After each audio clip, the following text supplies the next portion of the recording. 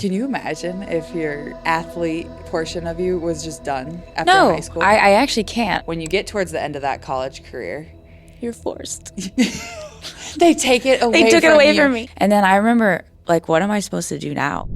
Like, I probably put that little piece in my little box over here and shoved it under the bed, never to be seen again. End of an era, so many good memories. Oh, yeah. The fuck am I supposed to do with that? It's kind of like a piece of you is like, not missing. That's a little bit. Really? But it's just like, well, I guess. Is it too much? It's just like. It gets ripped. It's just a rip. It gets and it's an ripped. abrupt rip. You know it's coming, but it still is like, damn, wow, that's gone. All those years. I mean, gosh, I've been playing since I was like 5 years old, probably. Absolutely. And then suddenly it's over. We function on external validation. Sure do. That's how we know if we did good or bad. Who's going to tell me if I'm doing good or bad anymore? I probably did sign up for these like crazy things and races, and because I'm now getting a lot of external validation again. It's like, okay, leave whatever at the door and come All in the and time. practice. Like, that was a common thing. We don't need that aggressive compartmentalization No. anymore. I'd like to ask you one more question. Are you an athlete? Today's guest is one of my favorite humans on the planet, my former college basketball teammate, defensive lockdown queen, and all-around hilarious gem of a human, Allie Ross. While celebrating our recent 10-year college reunion, we naturally decided to record a full-blown therapy session disguised as a podcast episode.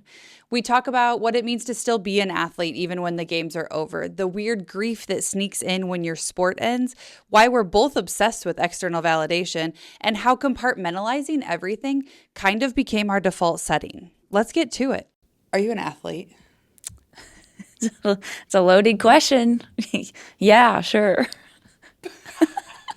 She immediately follows up the yeah with sure. Mm-hmm. What makes you say it that way? I think I have compartmentalized, I was a college athlete. I played basketball, and that ended. And now I'm in this new era of my life where I'm doing these triathlons, and it's kind of a different part of me I'm an athlete, and I'm not sure why I have separated those two things into different categories, but it's like my athlete basketball side is one thing. And do you actively feel that you are compartmentalizing? Or is it more of a, oh, wow, I don't really consider myself that? Yeah, I think it's more the latter. Like, maybe now the stuff I'm doing isn't as athlete-like as my collegiate career, which is kind of insane because when I step back and look at it, I'm like, man, I'm doing something that's extremely difficult and requires all this training, but for some reason it's like it's not the same. I fully understand what you're saying. When you do play a collegiate sport at any level, I would argue that probably most people have an identity piece. If you've played your sport long enough, if you've, committed to where you're playing in college, you probably identify with that pretty significantly. Right. When you're on campus, people are going to know what team you play on. It's a performance type thing. It is. But the intensity that we know we practiced with, the intensity that we played with, the 3-hour practices we had every day, but it was a huge chunk of our time. It was. And it was priority. I'm going to do the things that I need to do to be successful on the court. And I feel like that type of intensity and commitment doesn't necessarily happen again. Right. But for those of you and for people, I haven't done an Ironman. I haven't done a full Ironman. You're currently training for a full Ironman. That is a ton of time, and it is a ton of focus. Mm-hmm. It is different because for some reason when I look back on college, it's like I had to go to these practices. I had to show up, had to be there. Whereas now I have to do those things, but it's like more of like something I'm doing on my own. So it's just a different feel when I look back on it. Being around kind of Ironman specifically, but also just triathlons. I would argue that a lot of those people probably did something athletic, even if they didn't play for a long time. I feel like triathlon is kind of one of those things where people start doing it later in life. Yeah. It does seem like that. Some people don't start doing it until later as an option to be an athlete or to compete in some way. But there are definitely some people that I would argue do triathlons and didn't ever play a sport before. Right. But have kind of transitioned into it and have found an interest for fitness or something. It's one of those things where just because someone's doing triathlons, those people probably very much identify with triathlete.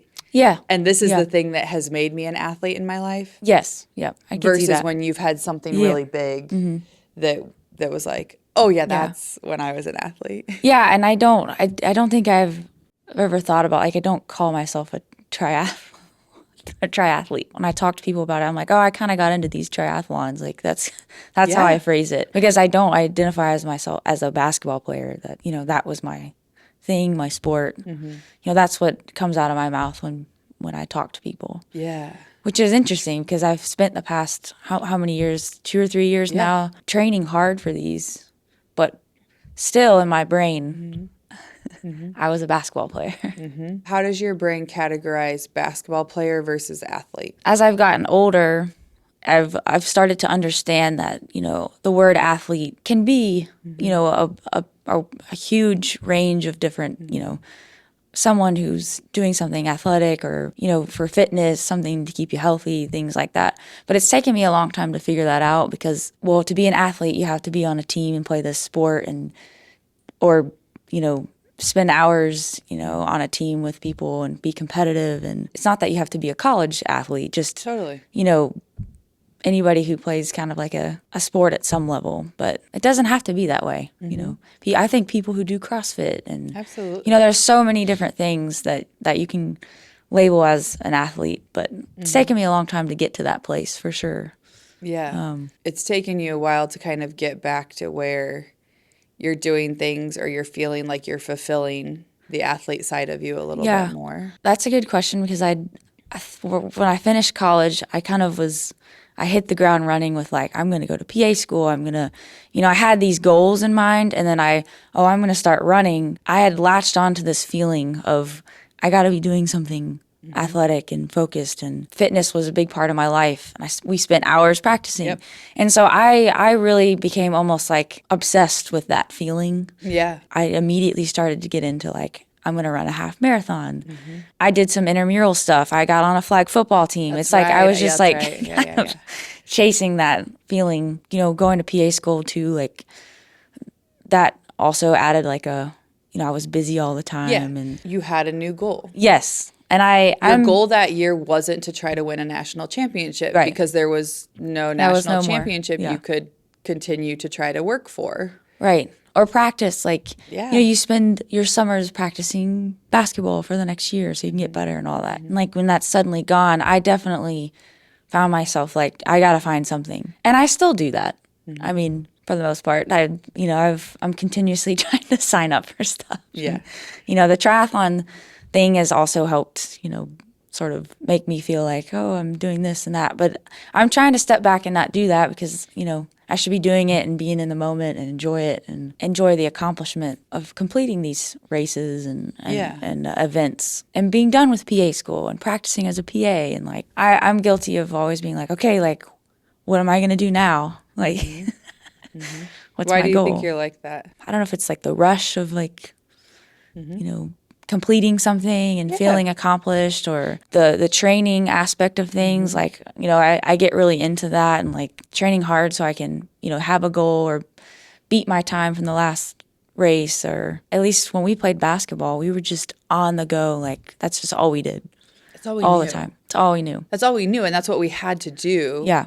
To have success that we had, to even just be in a position to where our bodies could play and could do what we wanted them to do. And especially when you start sports and you start athletics at a young age. It's all you know. That's all you know. Yeah. You always have a goal. For as long as I can remember, I've always been going to some sort of practice. Absolutely. Yeah. And then all of a sudden it's not there anymore. Yeah. And that void of, like, that space, okay, like, I'm home from work, like, what am I going to do? Time for practice. Yeah, it's like, I'd try and, like, fill that up. Do you think that if you didn't actively have the next race, the next thing, the next competition signed up for, do you think that you would still be doing things, be training, all of that? Or do you feel it's like, oh no, I have to have that thing I'm working on, otherwise I'm not working on it at all? I'm kind of in the middle of that, because at this point in my life, like, for example, running has become such a important aspect of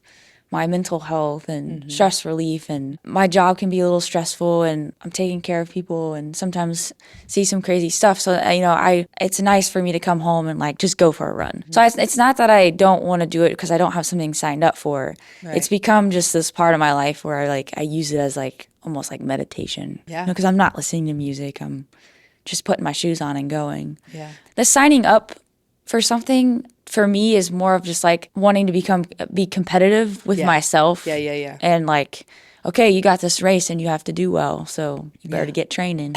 Yeah. You have to do well because my subconscious says I have to do well. Exactly. Yeah. But it feeds that athlete piece. It does. Right? Yeah. Where it's like ever since we graduated, you've immediately continued to run. You've always worked out in some way and all of that, because that just also comes naturally to you. That part of it, there's obviously I enjoy a lot of that. So it's, but it becomes a competition, or, there's a little bit of that like, okay, well, if you don't, keep practicing. When I say practice, like training for whatever, like you're not going to be good enough, instead of like, hey, maybe just go run and enjoy it. Like, it doesn't have to be, Yeah. This is an interesting concept of the athlete piece. I know we didn't explicitly say it, but people have probably figured it out by now, but we were collegiate basketball teammates.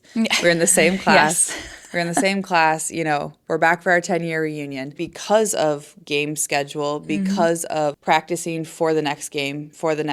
All those little goals, all those things are broken down for you. Yes. Yeah. So in a sense, whether that's the only way that our brains kind of know how to focus on things or how to work on things, or whether it's we've just been trained into it. Yeah. No, kind of like what you're saying, where it's like, I don't need a competition all the time, but also what am I practicing for? Right. Yeah. It's like, yeah. I have handled it very differently because I've had those same moments where, all right, there's been some things Alex has convinced me to sign up for.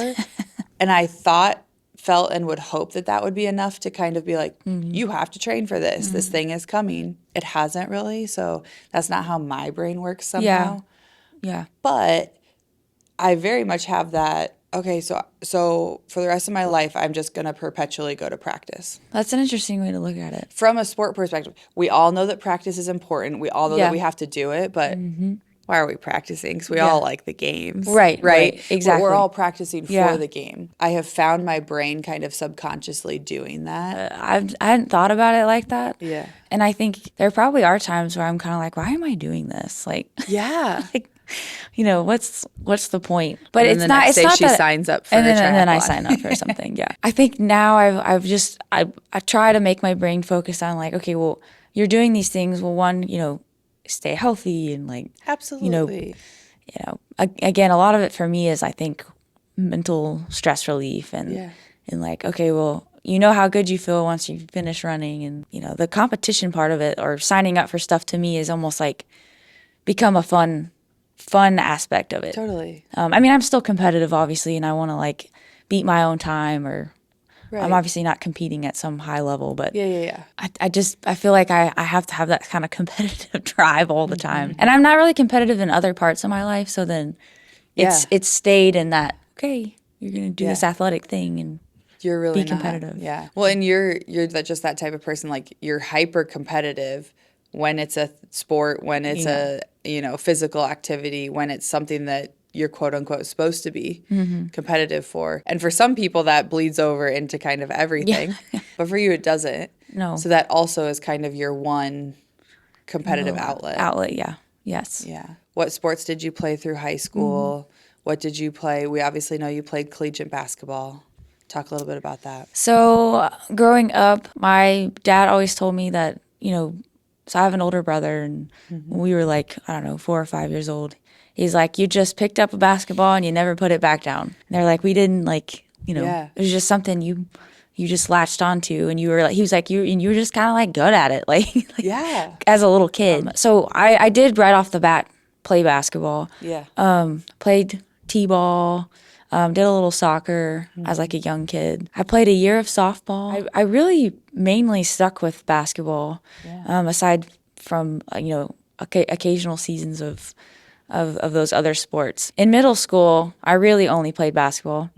Oddly enough, didn't make the team in 6th grade. Really? Yeah, so that was tough. And so I think at that point I became super focused on basketball because I was like mad and I was like, I had this weird, I was at one school that didn't have sports, so I had to try out for That's right. That's right. my like district school. So I like actually got into like this intense training because, I was like, I'm going to make the team. And I got, bigger and stronger and ended up making the team. So I had this intense focus on basketball kind of early on.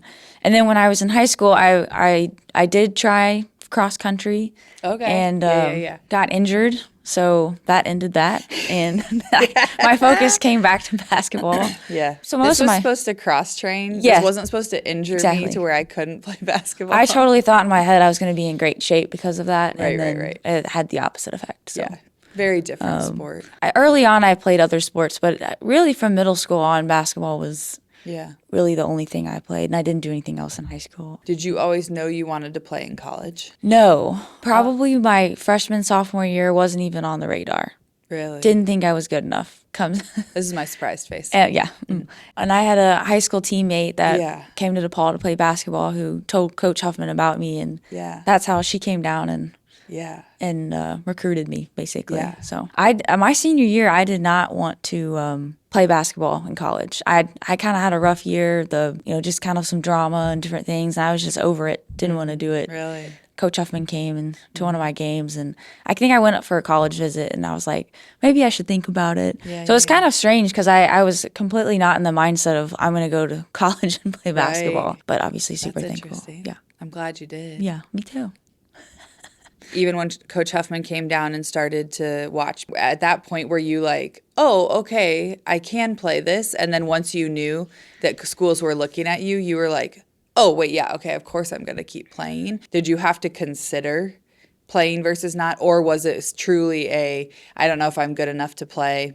Now that I know someone's interested, obviously I'm going to play. Kind of a loaded statement, I guess. But I didn't think I was good enough to play in college. And so it almost was a shock to me that someone was like, hey, we're interested. We'd really love for you to come play. Like, it wasn't like it switched in my brain and I was like, oh, now I'm good enough. I'm going to start looking around and see where else I could play. It wasn't like that at all. It was like, oh, this is awesome. Like, and then a couple local Kentucky schools like that, Transy and Center also like I kind of spoken to, but it was kind of a shock, like, cause I never really think that I'm that good. So Maybe are lacking some self-confidence. yeah, probably. And I think I still was like on the fence because I just didn't know anything about DePaul, and it was kind of like scary to think about this school that was in Indiana that I had never heard of. Yeah. And then it wasn't that it was because it was out of state. I had considered going to schools out of state, but I just think it never crossed my mind. So then it was like right in front of my face suddenly, and I was like, oh, like I can play basketball in college. And Aldridge, I think, gave me that confidence too. That's great.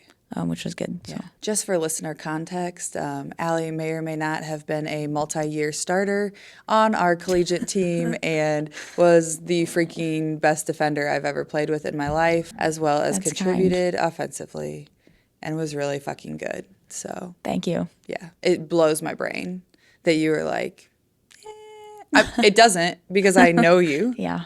I know you It's a deeply classic as a statement. human. So athlete identity continues into college. You play 4 years of college basketball. Do you remember those kind of first months, that first year post college? Where was your brain at? I think it was kind of rough. When we finish our season in the spring, we've just been practicing and playing for so many months that you have this like, okay, I can kind of chill and relax a little bit, kind of let my body recover. Relief. In a weird way. In a weird way. Yeah. There's kind of a relief of, oh, I'm not going to have anyone else tell me what my schedule is ever again. This is great. Yeah, it was kind of like that at first. And then we only have 2 months left of school at that point. You're senior, so you're like got all this stuff going on, graduation. So I think I was like all these thoughts and feelings kind of were like to the side because I was busy. Totally. And then I remember getting back, to Kentucky and like what am I supposed to do now? Like, because at that point I would normally be like, okay, it's summer. I'm going to start practicing. I'm going to go to the gym. I'm going to get in shape, get ready for the next season. You're like, I'm gonna take time off. I'm gonna relax because I'm back at home. Yep.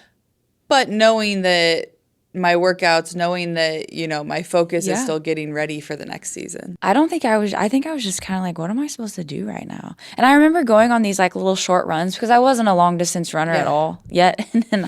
And I was like, okay, like I can maybe get into this, but I didn't really love it. Like I was like, this is miserable. Like, I don't know if I'm going to like running. My dad runs. So he was like, oh, we'll run together. And I would get through like a 2 or 3 mile run and like, I was having these new weird knee pains. I was like, and I didn't have a lot of issues in college, thankfully, like with injuries. And I remember being like, man, this like kind of sucks.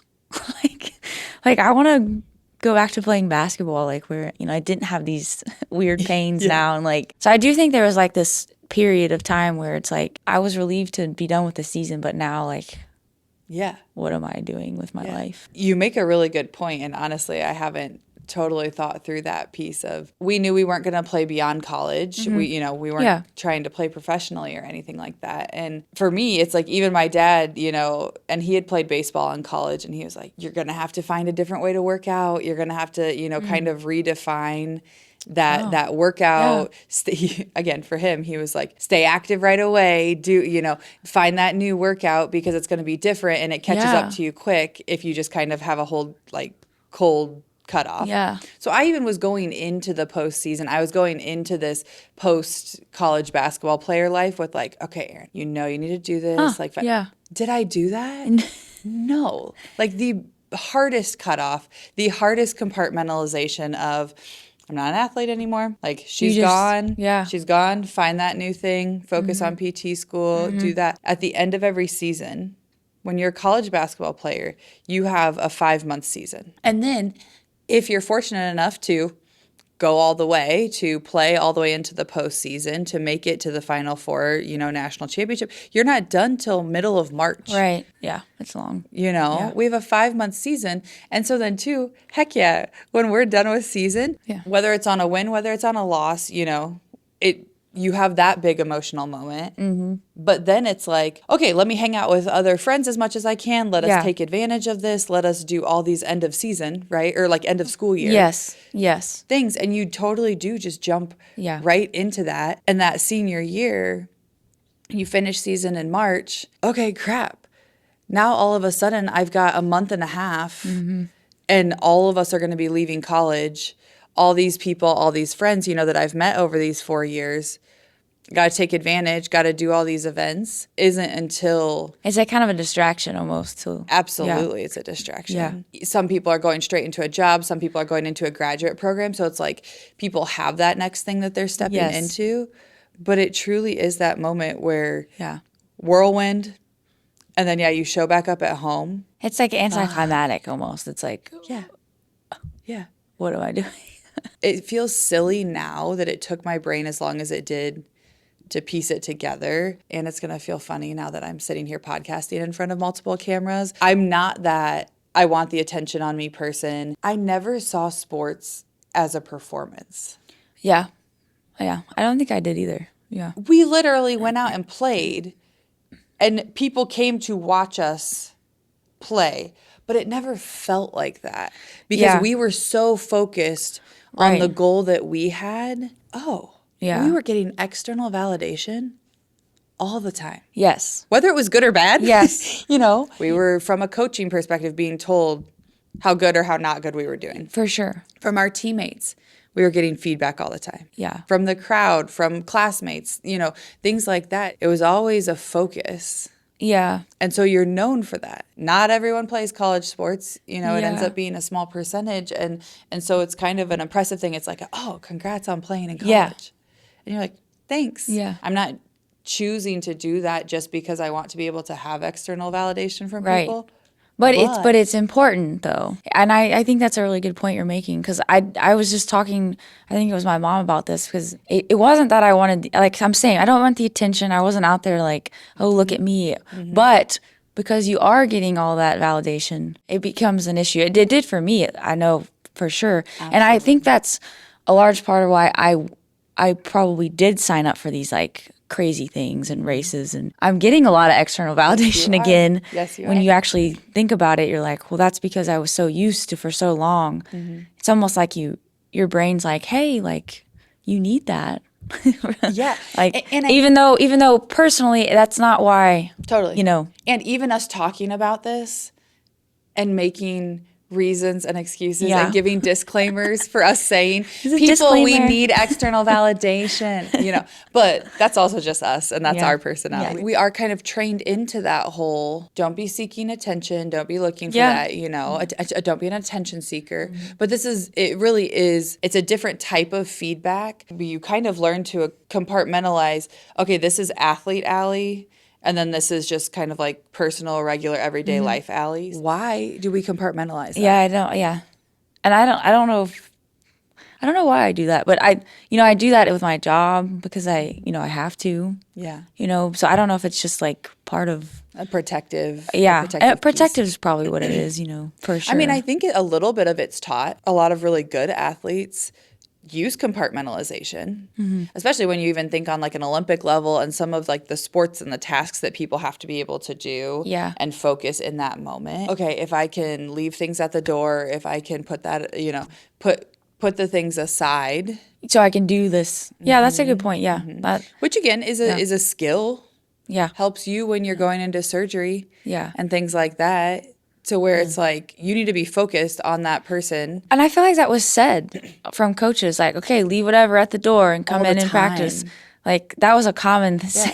This comes up sometimes when I'm talking to people, and again, that is a skill set. It allows you to kind of keep a calm, keep a steady head, even when big, emotional things are happening and all of that, because we're kind of trained into it. Yeah. So it allows us to be really hard workers. It allows us to show up and still get the job done, even if there's a lot of things, affecting us externally. Right. I think it also teaches us to, oh yeah, that's how to handle emotion. Right.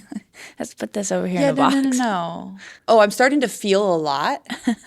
We don't do that. Yeah. We don't do that. We got to stay focused for the next game. Yeah. We got to stay focused. We got to get our tasks done. I do think there has to be a balance, obviously, like everything in life.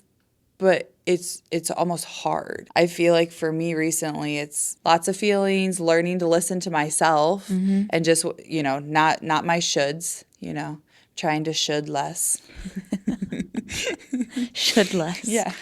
I like that. It was always what am I supposed to be doing for the team? Oh, I need to push that aside. I need to push that aside so that I can focus, so that I can show up and be there for the team. We don't need that aggressive compartmentalization anymore. No. And we need to be able to feel and allow ourselves to accept, like, okay, it's okay to feel that and then act upon it. Yeah. Yeah. And I think that phrase, like, it's okay to feel is good because I think even when I was playing basketball, it was like, I think to a certain degree you have to like, oh, forget the last play, move on, but you're always, so then your brain's, I was at least always trying to say, okay, don't be emotional about that play. Move on to the next one. Move on to the next one. Next play. Okay, you messed up. That's okay.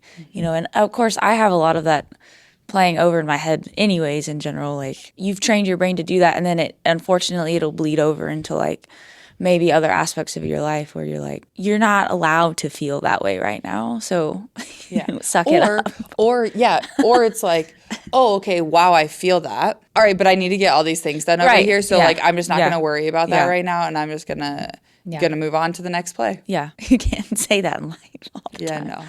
It's a thing I would have never said. Show up to a job interview. You're like, hi, I was an NCAA athlete. Yeah. I'm really good at compartmentalizing. Yeah. And I will just move on to the next play. Right. I'd be like, what? Okay, you don't need to use that all the time anymore. Yes. Correct. I think maybe it's more that. Yeah, it's not necessary. It's a tool on your tool belt. It's something you're able to lean into, that you're able to do when you need to. It doesn't need to be the default setting. Right. No. Yeah. Definitely not default setting. Oh boy, here they go. Yeah, we just went down. We both just said, yeah. I agree. No, don't go that. No. That for sure was what was happening. Can you imagine if your athlete portion of you was just done after high school? I actually can't. I mean, looking back on it, I'm that part of it. I'm so thankful that that played out the way it did. Yeah. And I'm glad that, and my parents too, I think I appreciate them for kind of pushing me to be like, hey, you should go play. Like, it's going to be fun and all that stuff. So I'm so thankful because I mean, honestly, it's mind blowing to me that I thought about even giving it up. It's mind blowing to me right now because I don't know that we've ever actually talked about that. No, and I don't talk about that a lot. Yeah. Why? My senior year was so bad. And I talked about this to my parents a lot and like, Senior year of high school. yeah, there was a lot going on and I was just sort of over it at that point. And I was just like, it became a point of like where I wasn't enjoying it anymore, the basketball part of it. Specifically on the basketball And it wasn't side. basketball specifically. It was just kind of some people and some teammates and Got it. just kind of some politics that were going on, I guess. So it became a point of stress for me. And so I was like, I'm not going to go on and do this if I hate it, Yeah. I think my brain wanted to just like move on from it. Fair. At that time. But glad I did. In that same way, when you hit that high school point, you're like, okay, I've just played for I've played since I was really young. Mm-hmm. You play for that 4 years and you're like, okay, am I choosing for this to be done? Versus when you get towards the end of that college career, you're forced. They take it away. They took it away from me. They just take it away from me. Also, I'm not gonna lie, and not beat around the bush because I know people know, but like we won a national championship undefeated, 34-0 our junior year. 3 seniors that year that were a class above us. Mm-hmm. So they graduated. They go out on a national championship. And then we step in as the juniors that are now seniors. Yeah. And going into your senior year of your college sport when you're not going to play professionally or try to play beyond that, that's your last year. You do know it. And then that year that we knew we were stepping into, that we knew was going to be our last year, we're also coming off of this national championship. We're still undefeated, technically. And we did continue to be undefeated that year for a long time. Until the last regular season game. Yeah. But that's a lot to take on, and that's a lot, building up to that last season. Yeah. All right, we're going to end either super high or super low. Yeah. I that was a weird dynamic because it was such a high junior year. And most of the year was just like crazy because we were just still winning. Yeah. And then when we lost that regular season game, that was so tough. Yeah, freaking Evelyn. That was tough. And then, we didn't go as far in the tournament and, ended up losing. And it's weird that you have that high and then you're senior and you have that low of like, oh my gosh, the season's over. Yeah. And I'm done. That was how we based our emotions. We were allowed to have emotions about a win or a loss. Correct. Those emotions were allowed. You needed those emotions. You needed those. Those were like expected. Yes, for sure. But all the other ones in between. And then like we had said, then you're finishing up school. You're trying to hang out with all your other senior friends. Mm-hmm. It's going to be the last time you're living close to a lot of your best friends, Yeah. Then you get home. Mm-hmm. I try to sometimes think back on that about how that actually feels. The emotion then within that versus just the what do I do? Right? Because sometimes we're very activity based, action based, because that's how we've known to control our emotions is if I feel too much, okay, let's go for a run, let's go do this, which is fantastic. And it is totally a skill. Yeah, what did that feel like? It's hard. Well, it feels so long ago now, but I don't know if anxiety is an emotion. Is that an emotion? It counts. But I think there was that for me anyways, just kind of like anxious because I'm not going 90 miles an hour anymore. And I'm like, okay, like that kind of like anxious, unsettling feeling, probably some sadness, kind of just like, man, this kind of stinks. All those years. I mean, gosh, I've been playing since I was like 5 years old probably. Absolutely. And then suddenly it's like, and I don't know why at the time it's like, you can still play basketball, like, and I think in my head I was just like, nope, I'm done. That's it. It's over. Yeah, like there's pickup games, there's things like that. And like we did a little bit of that early on. Yeah, I did. Yeah. But nothing. It's not the same. Nothing recreates it. No, it doesn't. Yeah. And so then you just find yourself like searching for it more. Yeah, or like you're just like, man, I'm like washed up. Yeah, you're like, approximately 4 months ago, I was competing in the Elite Eight. Like I was competing in the Elite Eight, and now it's like, man, you got 4 years. You got a national championship. You have all these great, happy memories. You had an amazing, sports career. Yeah. Collegiate career. You did everything you could. Right. Really? Be happy truly. about it. Yeah, be happy Be about happy it. about it. And I've actually heard that from people in my life before, and Have you? it's a little bit like, well, I am happy, I'm glad, but like it doesn't mean I can't be like, oh, bummed that it's They're over. actively not validating how you actually feel. Right. Yeah. But it's like, get over it. Hey. Get over it. You got 4 years. Yeah. You got a national championship. Move on. Yeah, it's hard to describe to people like it's kind of like a piece of you is like, not missing. That's a little bit. Really? But it's just like, well, I guess. Is it too much? It's just like. It gets ripped. It's just a rip. It gets and it's ripped. an abrupt rip. An abrupt rip. It's an abrupt Even rip. when you know Even though you know it's coming. Even when you know it's coming. You know it's coming, but it still is like, damn. Wow, that's gone. Yep. Honestly, as we're talking about this now, the number of times that people will actually say, end of an era. Oh, yeah. The fuck am I supposed to do with that? Thanks for that comment. Yeah. End of what era? Yeah. I don't like that I'm one. still me. Yeah. I'm still me. Yeah. In talking about this, it's making me flash back to, we all get back home. We're all still, in group texts and things like that. I don't feel like I can remember any of us saying, I'm sad. Oh, no. Oh, no. No. Definitely wouldn't have said that. None of us would have said that. Yeah. We were all sad. Yeah. But what do we do? I miss you guys so much. Right. Yeah. I miss you. Like, I wish we were hanging out. Like, I wish we were still playing together. Like, it's that stuff. Yeah. We're allowed to feel that. Right. We're allowed to feel that missing of the other person, but we're not allowed to feel the missing part of ourselves. Right. Yeah. That's a good way to put it. Well, it's like I probably put that little piece in my little box over here and shoved it under the bed, never to be seen again. End of an era, so many good memories. Right. Hold on to them. Hold on for to dear 'em. life. When people are just like, oh, you got to be so proud of your career. It's like, I can be proud of my career later. Right now, I'm freaking sad and I just want to still be playing. Yeah. And that's how I know how to function. So we felt unvalidated about the feelings that we were actually feeling of sadness, of longing, of emptiness. Yeah. We function on external validation. Sure do. That's how we know if we did good or bad. Yeah. Who's going to tell me if I'm doing good or bad anymore? Yeah. And I mean, I think sometimes I'm searching for that in like my job sometimes. And, I seek out like, hey, is there something I could be doing better right now? And it's probably that's not totally a flaw. It's not, but it's me looking for like, hey, I'm used to this person telling me like, Ross, you need to get, you need to do this when you're out there, like, When you say that and you say, is there anything that I can work on right now? Are you seeking positive external validation, or are you seeking like, hey, please tell me what I need to be doing to be both. better? Yeah. It's both. I mean, I think, I'm decent at taking, criticism or because I want to do the best I can. Yep. So if there's something I'm not doing correctly, I would like you to tell me now, or tell me I'm doing really great now. Yeah. How did I just do on that last play? Yeah. That was good. I need that. I don't know that this will always be a thing, but I need external validation for me to be able to regulate my own feelings. And my own kind of, whether it is anxiety about things or just when I internally feel like I start to get a little bit worked up about stuff. Yeah. I realize it's because I'm not sure where to I don't trust my own perception of myself enough. Oh, I'm following. I am right there with you.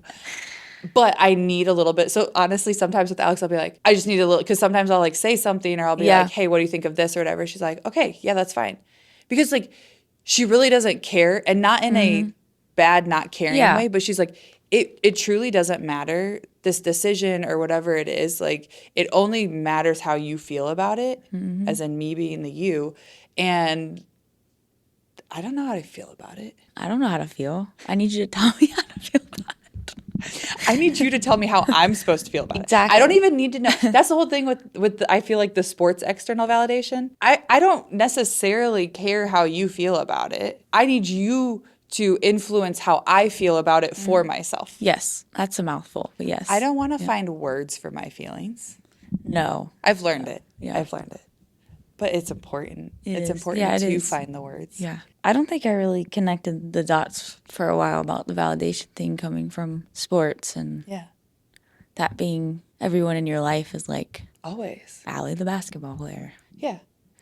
How'd you play in the last game? Yeah. I think also us talking about this external validation piece, obviously it gets you and I in some trouble. In trouble in terms of us maybe not having the self-confidence just to stick with what we want or know always what we want. Yeah. I think there's also a piece where it's like, no, also just recognize that that's how we function. Yeah. And there's moments too where in those situations where Alex will just be like trying to help me in becoming better at making decisions or just being fine with my decision. Yeah. Sometimes I will get to the point where I'm like, I appreciate you and your emotional intelligence helping me become better at decision making. But right now, I also just need some external validation. Right, like right in this moment. I need in this moment right Yeah. now, for me to move past this and us just to Yeah. truly like get onto the next thing. Yeah. And I have actively said that some, and there's some power in that I've been feeling in me acknowledging that This is what I need right now. this is what I need right now. I function on external validation. Yeah. It doesn't have to be categorized in my brain as attention seeking. It doesn't have to be these other things. And that's important because that's where for me, at least the shame comes. And then it becomes a vicious cycle. Yeah. Because I'm like, man, you suck because you are seeking this. Yeah. You had said that your external validation gets you in trouble. Mm-hmm. How does that happen? It's more for me, like when I think about it, I'm like, you should just be able to be confident that what you're doing in this moment or this decision you're making is because you want to make it. And stop worrying about what other people like feel about it. And so then I become indecisive, and that's where I get in trouble because then I can't make any decisions. I'm pretty easygoing for the most part, but like I think I hide behind that. Oh, I just don't care. Like Yes. Yes. like, I don't have an opinion about it. I feel that. And I do that a lot, even though sometimes I probably do have an opinion about something. Or, hey, I actually do want to do this, not that, And that's just day-to-day stuff. It's interesting at work. I'm able to, probably because it's a little more, not life and death, but because you're dealing with a human You're and a work. cardiothoracic surgery PA. I can be more decisive. Sometimes it is life and death. Yeah. And so I am forced into that, which is good for me. And I do have to make decisions. And Think about how often we had to make decisions during the game. yeah, that's true. Yeah, we did. Very quick decisions. But it's that automatic decision making that's trained, and we know whether the decision was good or bad because we get feedback on it away. That's true. There's instant feedback. And then we know what we're supposed to do the next time. It's the instant feedback that I think maybe I latch on to. I think you said that beautifully. It turns into indecisiveness. Yes. But it's a lack of confidence in what I want being okay to just be what I want. Yeah. Yes, correct. And so then we hide behind, well, what I want might not be the same as what the people that I'm hanging out with want, or, what the other person involved in the situation wants. And I'm saying we because I know you extremely well. And we both highly, highly value the other person. I would rather them just... Well, make that decision. And why do you want them to make that decision? Because I just want them to be happy or whatever.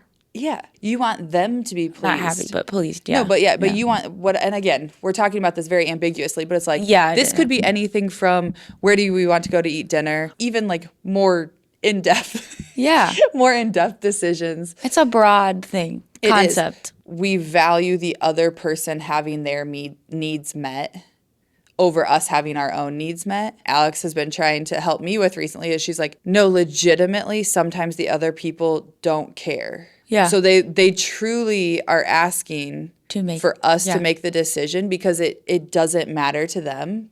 Right. But we don't say what we want or acknowledge that there is something that we want. Yeah. Because us getting what we want would mean that they're not getting what they want. Right. Well, we would never. I would never do that. Even though they don't have anything they want. Yeah. Yeah. In XYZ situation. Yes. We're working on internal validation. Internal validation. Internal validation. That's going to be How's the your word. internal validation going? It's not good. Certainly not good. but I'm going to work on that. Yeah. We're talking about this totally from our perspectives, and we have teammates that are not this way. You know what I mean? And For sure this not. alone is also very much our personalities. Yes. Then within a team aspect and Yeah. within a, team organization. It's like coupling our personalities with this The needs of identity the of this team. athlete that we. Yeah, the needs of the team. You're going to Yeah. serve your role that betters the team. Right. Again, for that cut right after the sports. When we are all sad and we are all feeling empty and we are all feeling like we're having to grapple, feel good about the happy memories. Okay, well, why is this positive thing in my life making me feel so sad and all these, quote unquote negative emotions?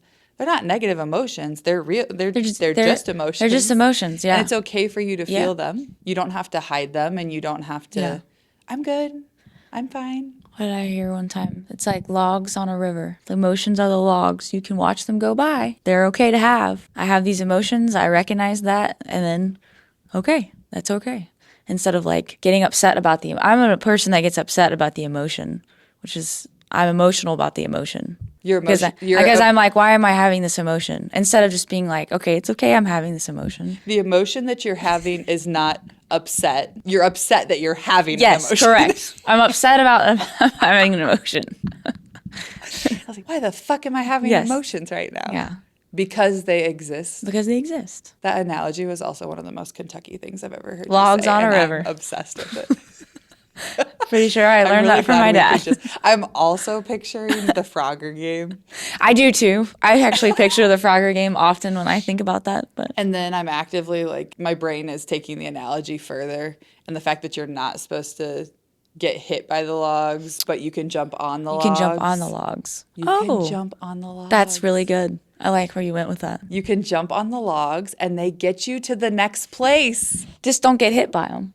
Don't get hit by them. Like if you're close to accepting the emotion, but you don't actually accept the emotion, then the log might hit you. Then you get hit by the log. Then you're like in that lily pad area. And you can't avoid it because if you miss the log, you're going to land in the water. The log's the only way to get really to spiraling the final. now. You have to take the logs to get to the final destination. This is great. What feelings are you having right now? I don't know, almost like a relief to have a conversation about this because it's nice to know that you're not the only one that feels that way. Yeah. Because once again, we all don't talk about it. But I think it's also a little raw because you're exposing these feelings that you've been, at least I personally, shoved under the bed. Yeah. To keep there until right now. But it's a good raw, Mm-hmm. Healing raw. A healing raw. The active emotion that each individual person, that each no former athlete is having is different. It affects all of us in different ways. We have different emotions. We're all really good at not necessarily talking about it. Correct. Or sharing what what the emotion is. Right. I'd like to ask you one more question. Okay. Are you an athlete? Yes, I am an athlete. Nice. You crushed that. Okay, you also literally are because you're training for a full Ironman, and that is legit. But I think right now in my life, I'm feeling very athlete-ish because... Yeah. But you also wouldn't need that Ironman. I wouldn't. To be the athlete because we also don't lose that part. You don't. Of us that I'm still an athlete. Created our compartmentalization. You're correct. It's still there strong. It is. Just kidding. Strong. I love it. Thank you. Thank you for having me. For coming on the podcast. I appreciate you. You found some really good words for your feelings and emotions in there. Thank you. Maybe the most I've ever heard you find. That's amazing. I know. Put me in the spotlight here. I was forced out of me. Validation. Logs on a river. Logs on a river.